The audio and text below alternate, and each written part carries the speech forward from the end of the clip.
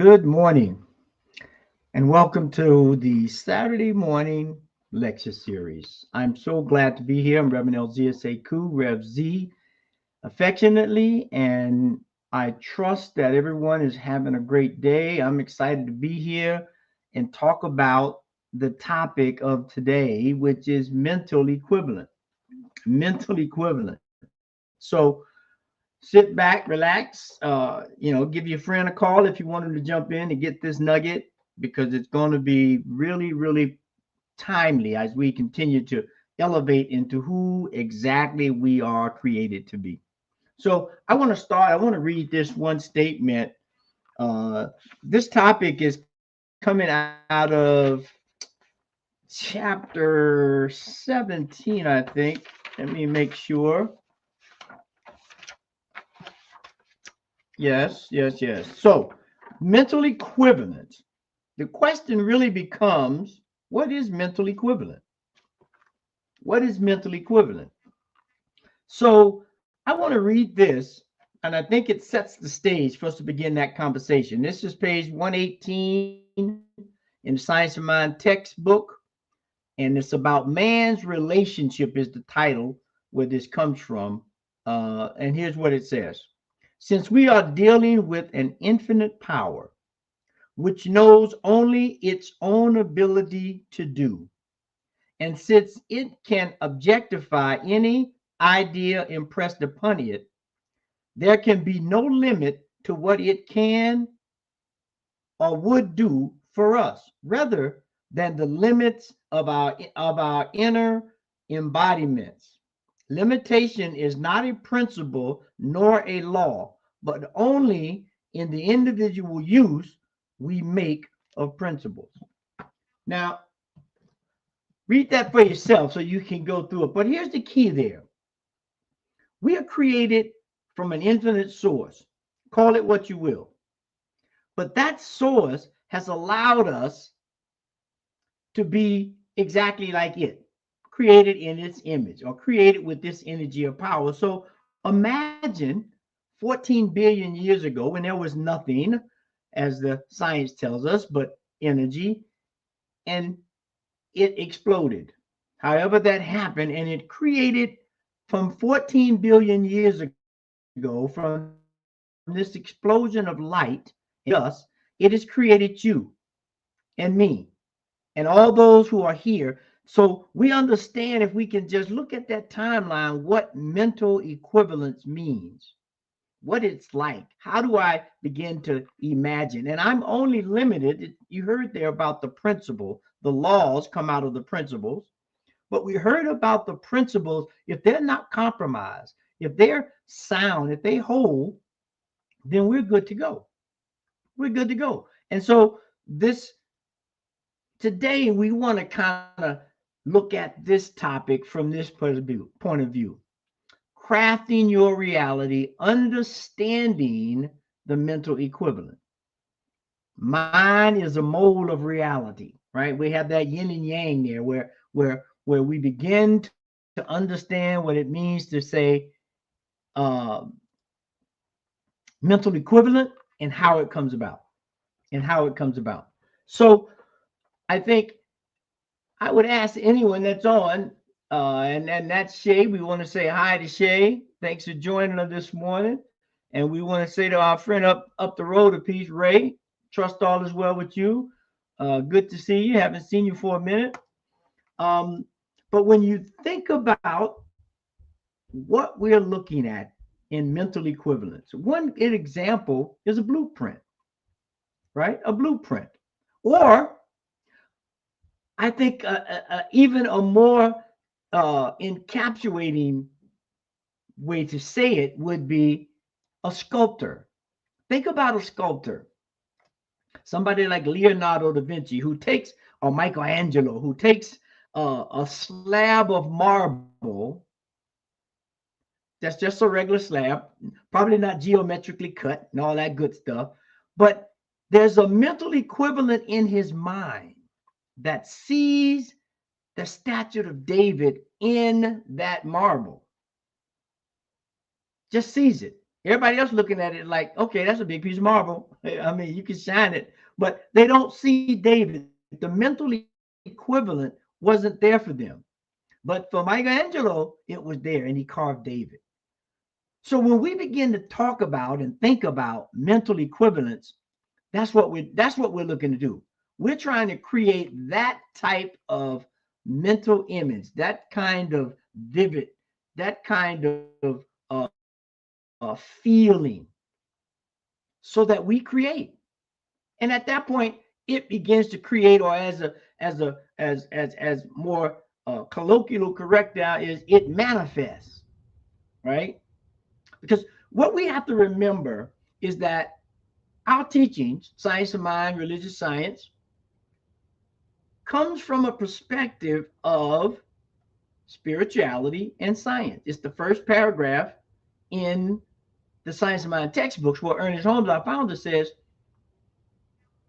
I look forward to the day when religion and science walk hand in hand from the visible into the invisible, from the visible into the invisible.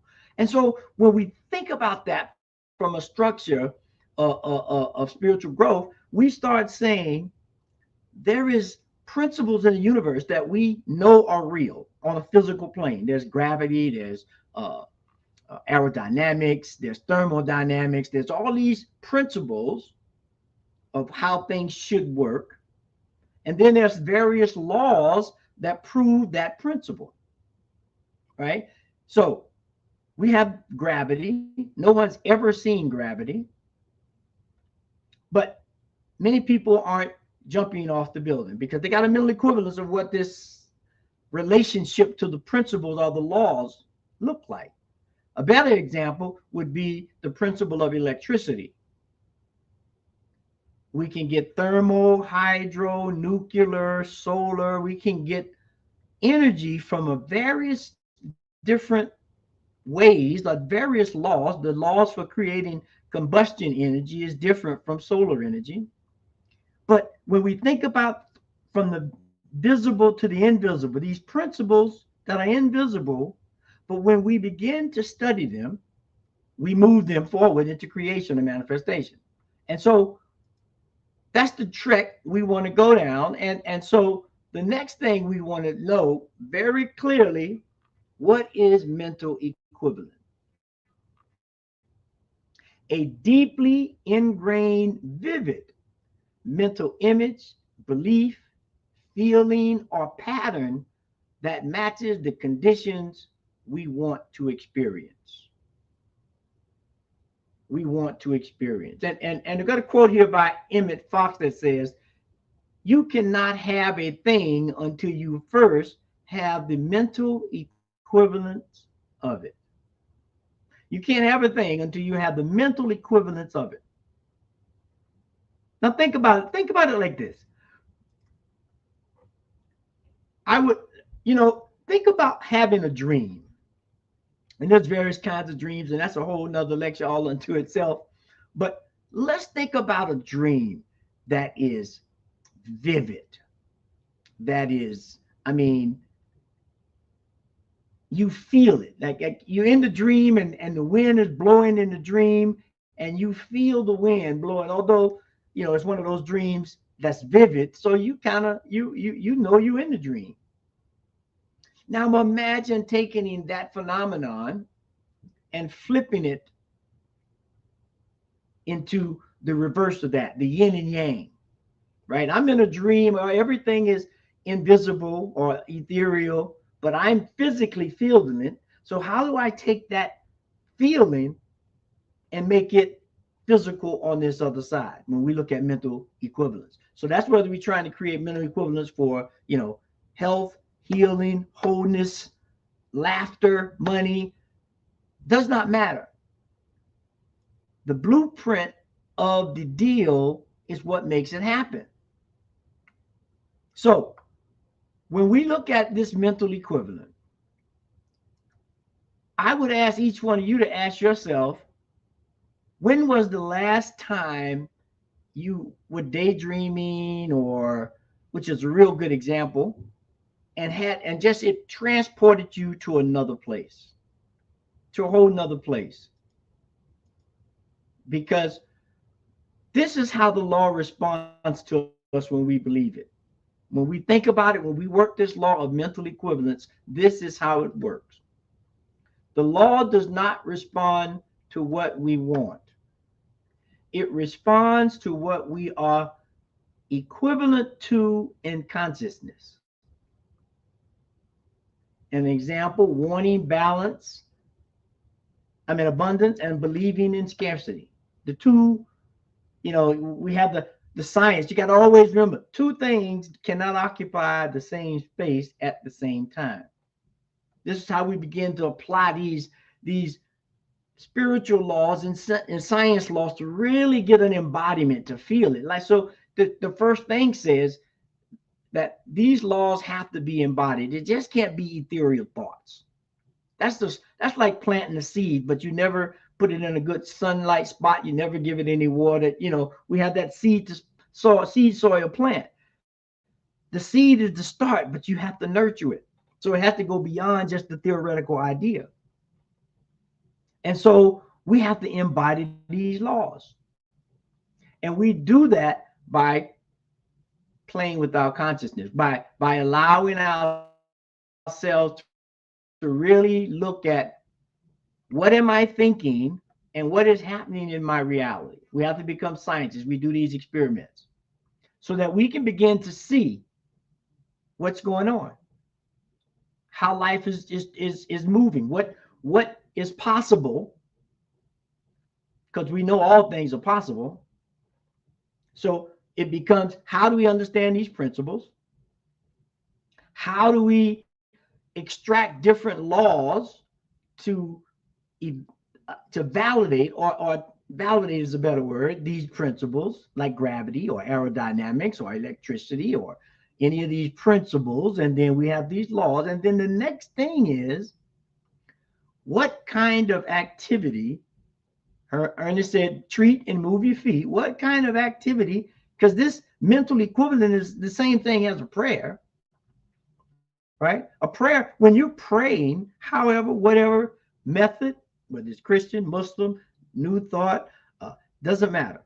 The idea and the science of prayer is mental equivalent. That's another name for this principle of mental equivalence.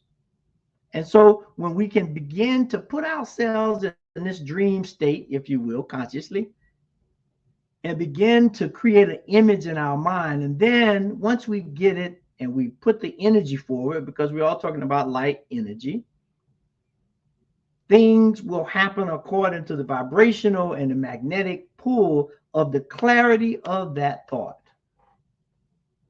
The clarity of that thought. So now we got a mental equivalence that's getting ready to go to work.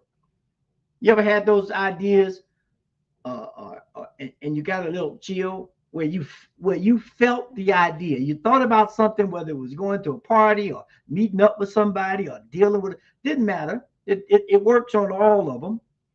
But have you had that thought where your body, you got that little chill? That's when you know the mental equivalent of that thing is embodied, because it is. Now, it doesn't always happen like that, but that's a good indicator and a reason for us to be true religious scientists, observation, and begin to monitor ourselves, not in some fanatical way, but in a way that when we feel the energy shift, let's take note of it.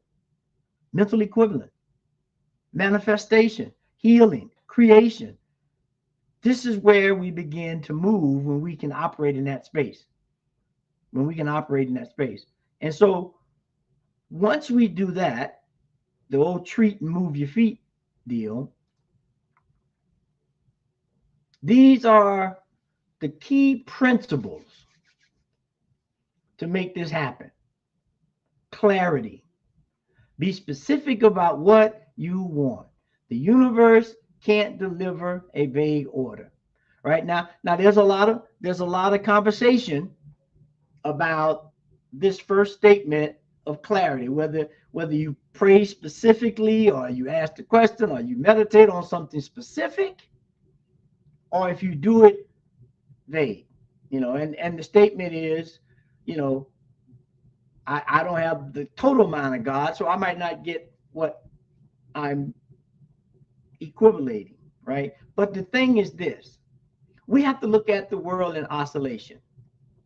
We have to look at it at the micro, the normal, and the macro. Because life is moving. Life is not static. It's not stuck in one of these things. So a mental equivalent is a flowing energy based on principles of how to make things happen. And so this clarity, I have to have a clear vision at the macro level.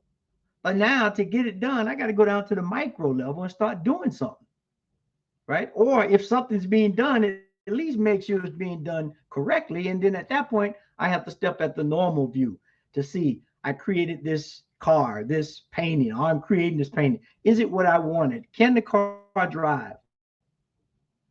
Right? So we begin to live in oscillation, but to get that first thing started, that seed, we have to be clear. Then the next thing is engage all the senses: sight, hearing, tasting, smelling, touching. Get in touch with reality, mental equivalence, because we're bringing things from the invisible into the visible. So I need to be in touch with it, so I know I'm moving in the direction. And we do it and then the big one is you got to feel the joy, the gratitude, the excitement of making it happen. This is another way of saying enjoy the journey. When they say enjoy the journey, that's what they mean. And feel the grace and gratitude to have the opportunity to be able to do it, to even have the understanding or the access to the information to let me try and do it. Because this is a practice. We make it present tense, and we know about believing that thing that's not seen, but we know it's there. Everybody believes in gravity. Everybody believes in gravity. So now, once we got these keys down and we begin to be clear, we practice. We even do the thing that a lot of people don't like to do now is ask questions, right? Because we got all this technology and everything. Everybody's supposed to know everything, but ask questions. We have to engage the universe. There is a yin and yang relation. There's an ebb and flow of the universe that causes and demands engagement to treat and move your feet. So how do we begin to do this? How do you cut wood? You cut wood. There's no other way. And when we begin to do these mental assignments, these scientific experiments, this is what we do. We begin to practice to see what happens. So I'm going to stop right there. We're about 20 minutes in. See if anybody has any questions or comments, because this is a conversation. What we're doing is having a conversation about life, science of mind. How do we be the best that we can be? How do we even begin to understand who we are? That's what this whole teaching is about. This whole new thought metaphysical teaching is about. How do I, if I am infinite or connected to the infinite, and I have the power to create, ask the question. Say, I'm not going to ask you a question in denial. I'm going to ask you a question in inquisitiveness. Let me see what kind of questions and engagement I can come up with to prove that point as a scientist. You'll be amazed. We know some of the teachers who've done it, the Buddhas and the Jesus and the Mohammeds and Michelangelos and all of these people who took these principles and activated them in their life. They left a footprint. They left a footprint for us to follow, who are seekers, who want to actualize and and understand that we live in a mental world. There's nothing that you see, touch, or grab a hold of that was not first created in mind. Somebody had a vision of a car, somebody had a vision of a computer, came out of absolutely nothing because there was nothing like it before it came on the scene. These are the principles in action. This is what we want to this is what we want to cultivate, right? Again, we fall back on our science of mind symbol. There was another thing I wanted to read, and we begin to see that it is exactly as taught. I want to read this. Where did it go? Oh, there it is. One second while I thumb through the pages.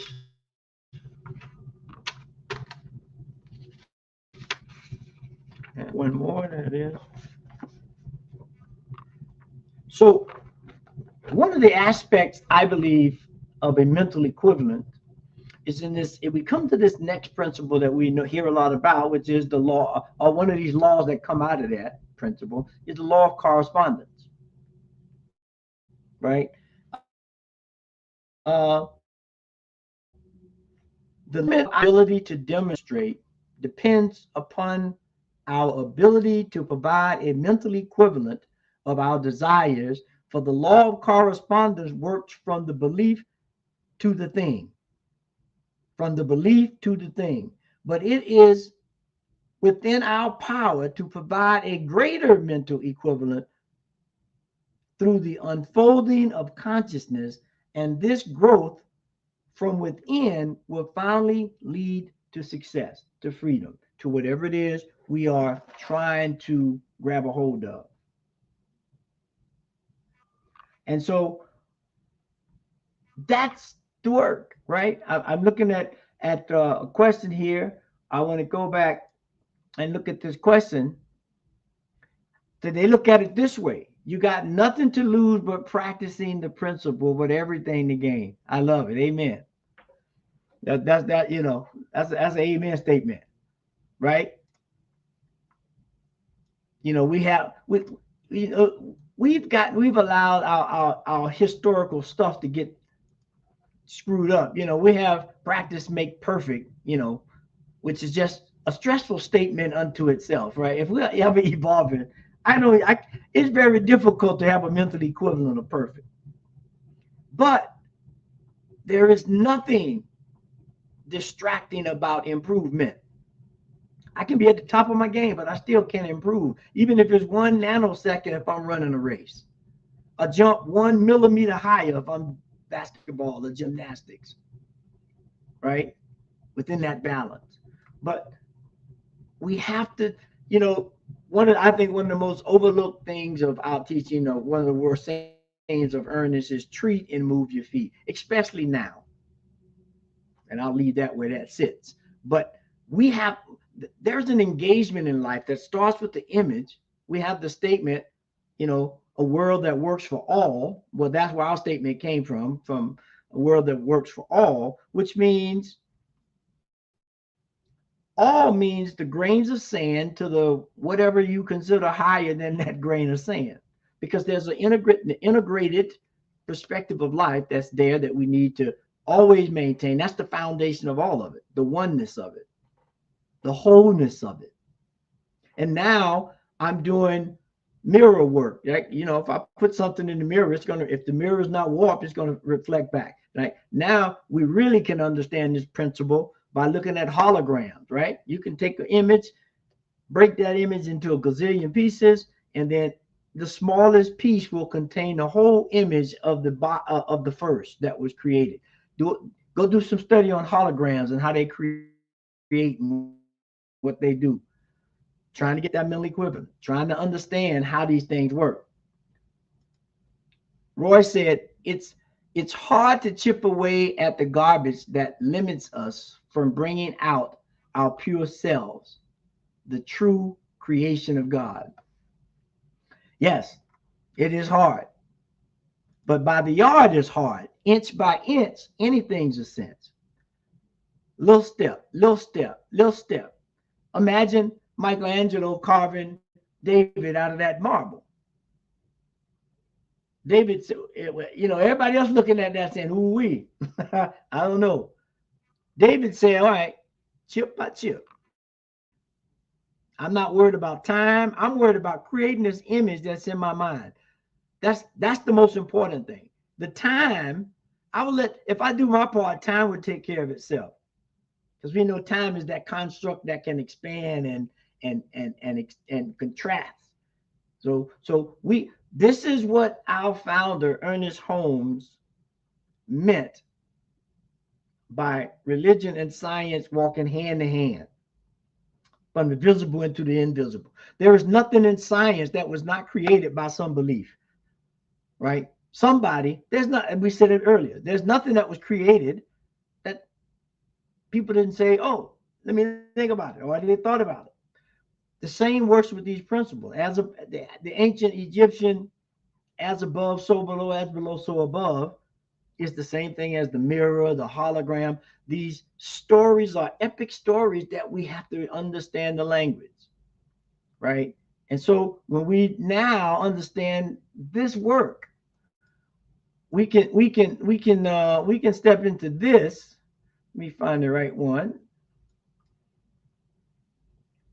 How do we embody this stuff? Because that's what we're talking about. The master key. This isn't a one-time magic trick. It's a daily practice, right? This is a practice. That's why we have these things called practices. A little facetious there, I know. The tech in the morning and night. Do some visualization. Even if it's 5 minutes, you'd be surprised if you can center and quiet yourself, how short or long 5 minutes is, right? But if you can get centered, 5 minutes is a lot of time for you to visualize whatever. Doesn't be, doesn't have to be the traditional, what I'm going to do in the morning and what I did at night. It could be about anything. It could be those, but it could be anything. Find yourself, as we say we say here, affirmations. In the ancient Egyptian tradition, is words of power, or cartouches. You see those little cartouches, right? We're dealing with ancient wisdom, modern practice here. Find you some words or phrase that you can repeat, sing, hum, and get a whole body embodiment of it. And then shift it as you need it. Speak it, write it, both, sing it, to begin to feel that idea, that image that you have.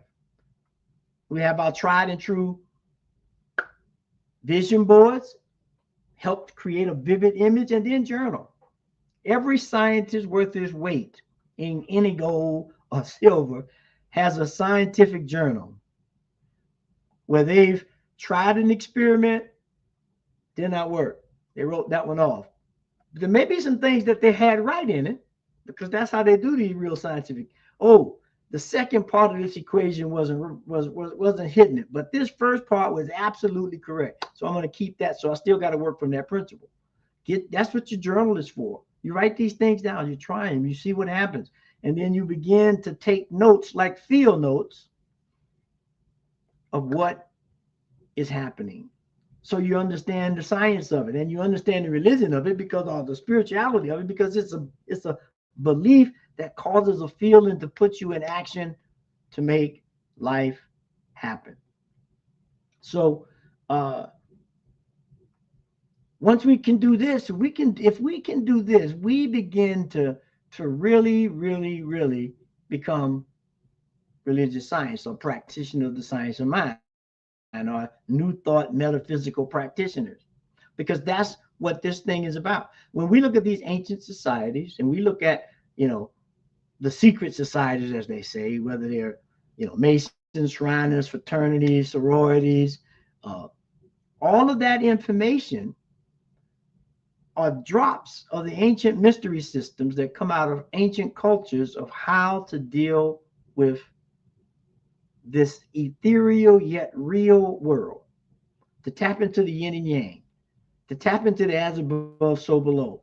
And that requires us to understand this principle of mental equivalence. I'll leave you with this mental equivalence. No one has any questions. Some of you have maybe been to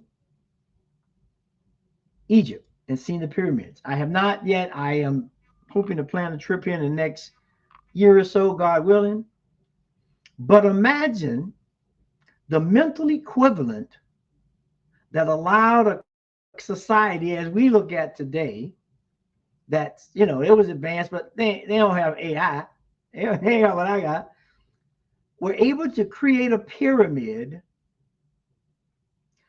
that has stood for thousands of years, that is still geometrically sound and stable and has certain astronomical alignments with no cement, and it's still standing. And on top of that, we've sent a couple, I know, crews of engineers and construction management people to go try to build one, anything close to it. Each one of them have failed. We're talking about blocks on the pyramid that are the size of freight trains, that are geometrically and soundly stacked. There's no cement, right? There's just the geometry of it. That's still standing. What was the mental equivalent that they had to create that? Think about that from a mental equivalence standpoint. What did they have that allowed them to create that marvel that's still standing thousands of years later? And who knows how long it will continue to stand. So that's the work. That's what we got to do when we start looking at this textbook, this teaching. And remember, the wisdom of all ages is in this book. Ernest said he came not to create a new system or a new religion. He came as a way shower, if you will, to show the golden thread that runs through all these teachings, all these ancient teachings. And that's what this Saturday morning lecture series is about. That's what this network is about. That's what this teaching is about. So if we, there's a lot of activity going on today. I know it's the weekend and they got all kinds of things planned and everything.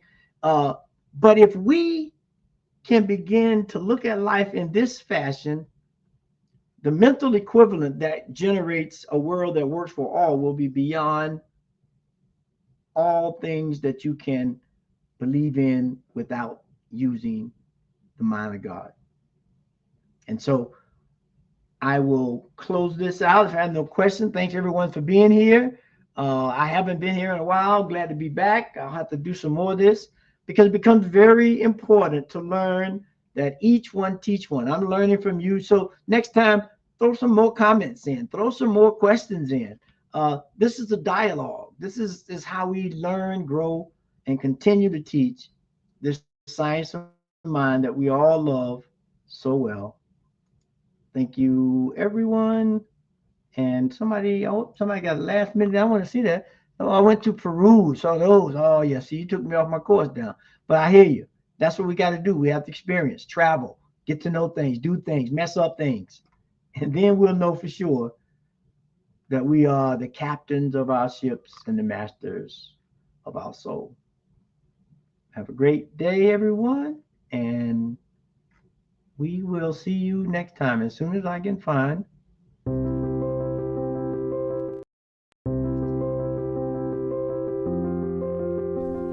New Thought Media Network.